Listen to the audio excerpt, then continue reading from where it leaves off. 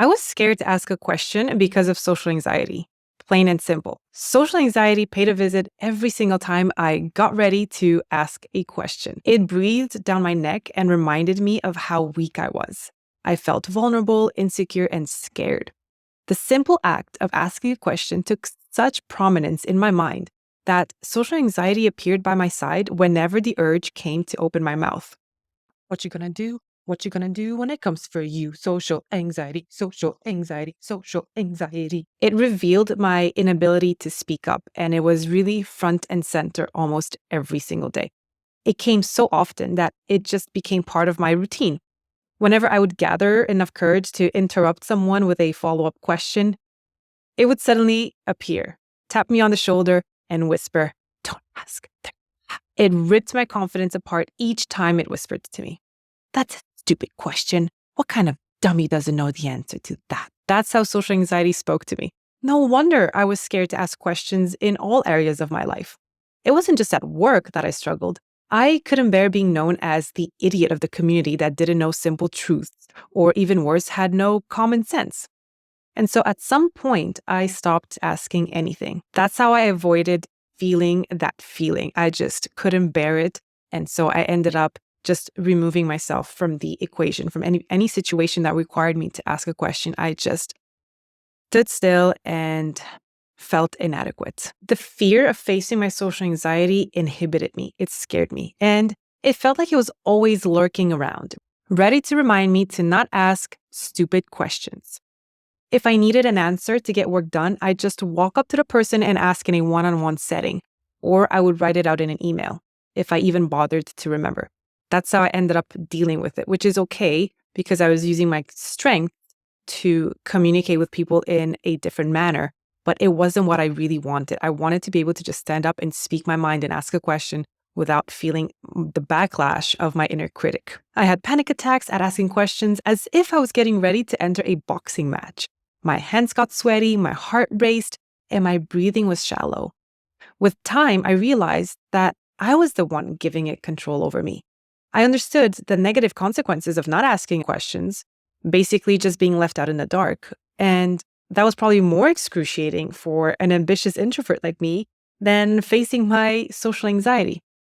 Because I realized I was missing out on knowledge, information, and connections. I deprived myself of these beautiful things because I chose to believe what social anxiety whispered to me. It's really only after I started using my social anxiety plan to practice asking questions that I really felt like I was making progress in the right direction.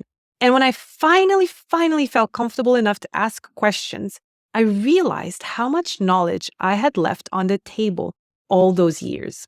For example, the other day I asked a question in a Facebook group because I needed to figure out how to approach my newsletter and I needed some advice. A total stranger changed my entire perspective on how to communicate and address my audience, which, honestly impacts my whole personal brand. And this made me think, what else have I lost out on because I was too scared to ask a question? Now, granted, this was a written question, which was much easier for me to do. But even so, writing out a question on paper and seeing it in front of you can be nerve-wracking because it makes you question yourself. It makes you feel insecure. It makes you feel like, well, these people must think I'm such a dummy for not knowing this, right? So although it is a little bit harder, obviously, to ask a question in person and out loud, you can still feel social anxiety when you are writing out a question. So now I make it a point to ask whatever pops into my mind, regardless of what it is or who it's directed at. Because instead of being scared of people staring me down, I'm actually more scared that I'm not getting the correct information that's going to give me the extra edge to grow and to feel more comfortable in my skin and to have the knowledge that I am seeking. That's something I'm fearful of, and you should be too. So because social anxiety prevented me from asking questions for many years, I'm here to make sure that doesn't happen to you. Who knows what golden nuggets you're missing out on? For example, maybe the house next door to Keanu Reeves is on the market and you can afford it. But obviously, you never know when a piece of information just falls into your lap and it's going to really change your life. While I can't hold your hand or ask the question for you, What I can help you with is to reframe how you feel about the act of asking a question and challenging the expected result that comes out of it. Instead of thinking that you'll be seen as incompetent, believe that you'll be seen as brave for your vulnerability. Instead of thinking everyone will laugh at you, see it as an exposure step for your social anxiety. Here are 4 things to remember when you're scared to ask a question because of social anxiety. 1. It's more stupid to not ask a question. I was scared to ask questions because I didn't want to sound stupid, but it's the other way around. It's quite stupid to not ask a question. It's almost as if believing that someone who doesn't ask questions shows competence, and that's not true. Have you heard of the Dunning-Kruger effect? Dunning-Kruger effect? The Dunning-Kruger effect refers to the cognitive bias where individuals with limited knowledge or skill in a particular area overestimate their competence. They believe that they know everything, and so they feel like they do not need to ask any questions. So by not wanting to hear laughter or whispers behind your back, you're overlooking something much more important in your quest to preserve your reputation. What is that something? Your biggest strength is knowing you don't know anything. Socrates, the great Stoic philosopher, once said, "Well, although I do not suppose that either of us knows anything beautiful and good, I am better off than he is. For he knows nothing and thinks that he knows. I neither know nor think that I know. In this, I seem to have the advantage of him slightly." Someone that overestimates their ability and knowledge but has limited expertise in general probably won't care much about asking a question. They think they know everything, and that's stupid. The fact that you want to ask questions by definition makes you not stupid. I hope that helps a little bit. 2, there are 295 exabytes of information floating around. Do you expect to know everything? Can anyone? Think about the enormous amount of information circling all around us. It's impossible for one person to know everything. You're going to need to live about 100 lifetimes to just touch every piece of data, and even then, you will need to understand some of it. And by that time, it probably would have quadrupled. So even then, you'll only be touching the surface. Crazy. It's inhumane to put that kind of pressure on yourself. So whenever you feel tight in your gut, think about all those exabytes floating around and ask away. Of course, 295 exabytes is a bit of an abstract number, but imagine it this way. If each exabyte was a book, the books would fill millions of libraries. It's just impossible to read, let alone comprehend and remember all those books in one lifetime. Expecting yourself to know everything is not only unrealistic, but also unfair to yourself. No one, not even the smartest person in the world, knows everything. Whenever you feel nervous about asking a question, remember the insane amount of information that exists and give yourself permission to not know everything. This one has helped me the most in being able to ask a question. Number 3, no one will remember what you asked, but you will remember the answer. Can you remember a question that someone in your class asked the teacher in 10th grade?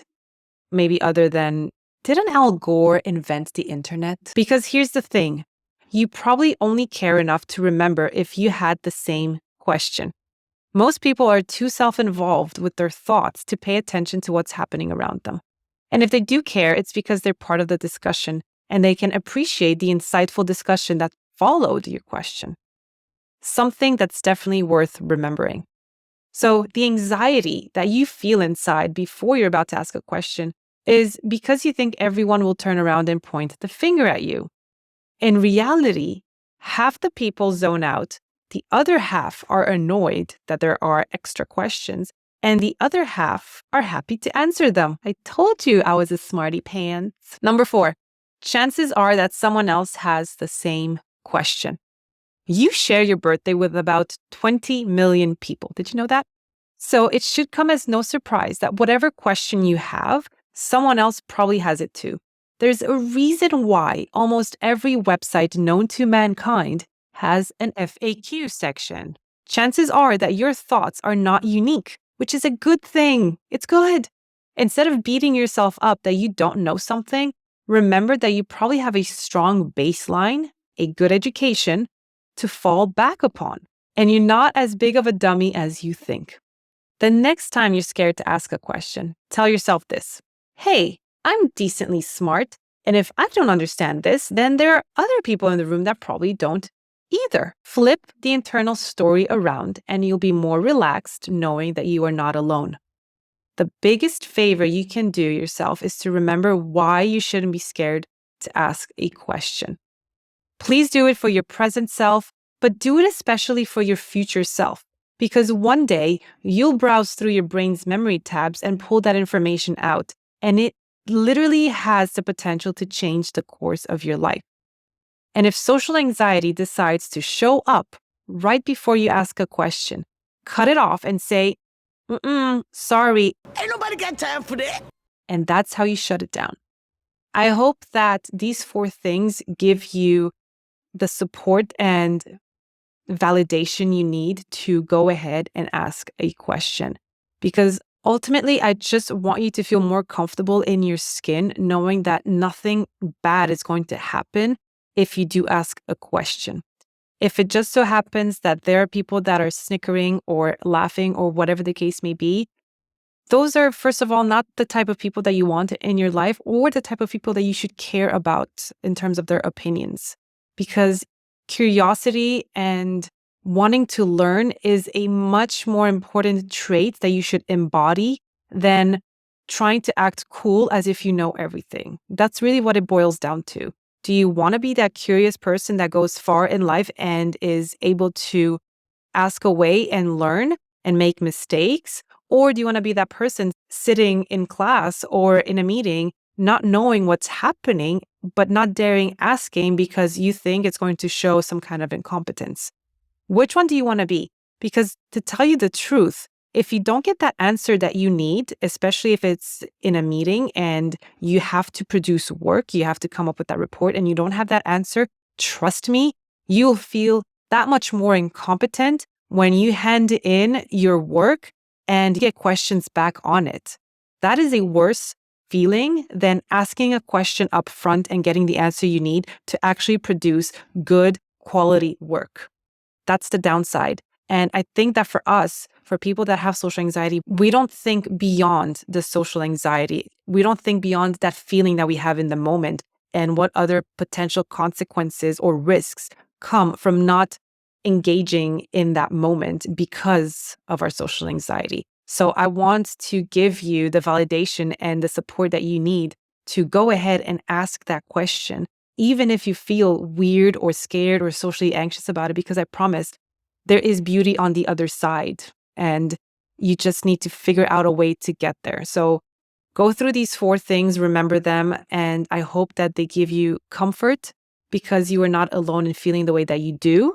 And there's plenty of people out there that feel the resistance when it comes to asking questions. That's why I wanted to do this episode. I hope you enjoyed it. I'm giving you some practical advice this time around. And I would love to hear if this is a struggle that you have and if the words that I've given you are helpful. And if you feel like these are great insights to use to move forward in your ability to ask questions. Let me know. I would love to hear your feedback. The Social Anxiety Action Plan, you can download it for free and you can see what steps I personally took when I started on my journey to ask questions. It's literally outlined in the plan. I give you my personal take on it, and then you have an entire blank template to put in your own steps and create your own action plan to tackle any area of your social anxiety that you feel is holding you back. For me, it was the inability to ask questions. And so I laid a step-by-step plan to eventually get to the point where I don't mind asking any question at any moment in time to anybody, wherever and whenever. And it's such an amazing, liberating feeling. So I hope that you also will reach that point as well if this is a struggle that you have. So until next week on the You Are Worth Knowing podcast, thank you, and I hope you have an awesome week. Bye.